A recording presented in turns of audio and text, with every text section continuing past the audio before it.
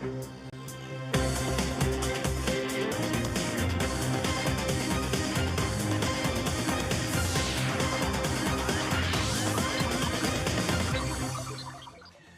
पे जाने से पहले हमने कहा था कि एचयूएफ को लेकर के 2-3 उलझने हैं, उसको सुलझाएंगे। वही सुलझाने की पहले कोशिश करते हैं, फिर लोगों के सवाल लेंगे। मुकेश पटेल साहब, 3 छोटे-छोटे सवाल हैं, संक्षिप्त में जवाब देंगे तो अच्छा रहेगा। पहला ये कि एचयूएफ अगर अपने सदस्यों के बीच में इनकम को डिस्ट्रीब्यूट करता है तो टैक्स की देनदारी कैसे बनती है? देखिए, ये बहुत ही इम्पोर्टेंट सवाल आपने खड़ा किया है। इनकम टैक्स एक्ट के सेक्शन 10 सब सेक्शन 2 का आप सीधा आधार लेके आप टैक्स का एग्जम्पशन क्लेम कर सकते हैं, और हम कहेंगे कि जो डिस्ट्रीब्यूट की जाती है, एचयूएफ अपने मेंबर को कुछ भी पैसा देता है तो मेंबर को उस पर कोई टैक्स लग नहीं सकता। इसको कैपिटल रिसीट माना जाएगा, एग्जम्प्ट गिना जाएगा। अगर उसको इनकम भी गिनते हैं तो एग्जम्प्ट गिना जाएगा। तो ये बहुत ही क्लियर सेटल्ड पोजीशन है। इसमें हमें ये भी ख्याल रखना है, क्योंकि काफ़ी कुछ ट्रिब्यूनल्स के पास ये मुद्दा जब आया था, उन्होंने बहुत इस पर इंटरेस्टिंग एक व्यू लिया है, और उन्होंने ये कहा कि जब एचयूएफ के मेंबर को कुछ डिस्ट्रीब्यूट किया जाता है तो वो एचयूएफ में मेंबर का खुद का अपना प्री एग्जिस्टिंग इंटरेस्ट तो है ही। तो जिसमें मेरा प्री एग्जिस्टिंग इंटरेस्ट है उसमें से मुझे कुछ मिलता है तो वो कभी मेरी इनकम गिनी जा नहीं सकती। इसको गिफ्ट भी नहीं माना जाना चाहिए। आपने गिफ्ट कहा, क्लियर कट डिसीजंस हैं। हालांकि आपने गिफ्ट कहा तो मुझे ये अगला सवाल यही पूछना चाह रहा हूं कि अगर मेंबर एचयूएफ से गिफ्ट लेता है या देता है तो ऐसे सिचुएशन में क्या बनता है? देखिए, इसमें मेंबर जैसे एचयूएफ को गिफ्ट देता है, मेंबर को जब डिस्ट्रीब्यूशन होता है वो तो पहले सवाल में हमने देख लिया, चिंता का कोई कारण नहीं है। मेंबर जब एचयूएफ को गिफ्ट देता है तो एचयूएफ के हाथ में उसको इनकम नहीं माना जाएगा, क्योंकि सेक्शन 56(2) के तहत रिलेटिव्स की जो लिस्ट है उसमें इसको क्लियर एक्सक्लूड किया गया है इंडिविजुअल टू एचयूएफ के केस को।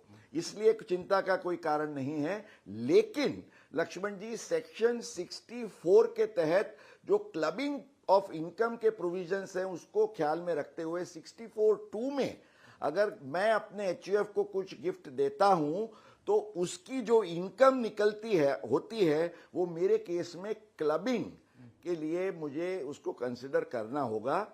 ये आपको ध्यान में रखना। बिल्कुल। बस गिफ्ट पे एक छोटा सा सवाल है, फिर आगे बढ़ेंगे हम लोग, कि जब पिता अपने बेटे को गिफ्ट करता है तो सेक्शन 56(2) के तहत वो एग्जम्प्ट होता है, तो ये क्या नियम एचयूएफ में भी लागू होता है? जी बिल्कुल नहीं। ये कई लोग ये गलती कर देते हैं, वो समझते हैं पिता ये सोचता है कि मेरा पुत्र है वो मेरा रिलेटिव है, पुत्र रिलेटिव है, लेकिन पुत्र का एचयूएफ वो पिता का रिलेटिव नहीं है।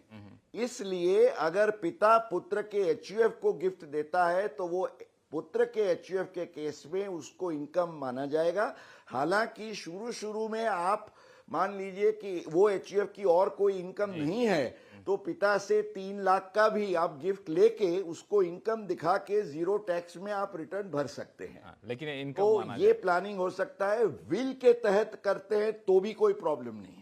चलिए, बहुत ही रोचक जवाब आपने दिया। अब जल्दी से लेते हैं सवाल आगरा से, जो कि आनंद मोहन सिंघल साहब हैं, जो फोन लाइन पर जुड़ चुके हैं। सिंघल साहब नमस्कार। नमस्कार। क्या उलझन है?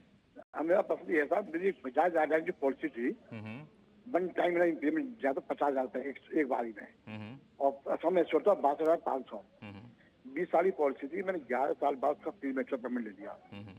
मुझे करीब 48,000 का गेन हुआ है, 50,000 98,000 मिले हैं। ठीक है, तो मुझे 40,000 का टैक्स कैसे देना है, क्या दे रहा है नहीं दे रहा है ये? ठीक है, मुकेश पटेल जी बताएंगे आपको।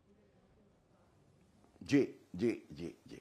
अब सबसे पहले तो ये ध्यान में रखिएगा, क्योंकि आपने सिंगल प्रीमियम पॉलिसी ली है, आपका केस सेक्शन 10(10)(d) के एग्जम्पशन में नहीं आएगा, क्योंकि उसमें ये जरूरी है कि आपका जो भी प्रीमियम हो वो आपकी जो एश्योर्ड वैल्यू है सम एश्योर्ड के 10% से ज्यादा नहीं होना चाहिए। सिंगल प्रीमियम में ये नियम का पालन नहीं होता है, इसलिए ये इनकम माना जाएगा।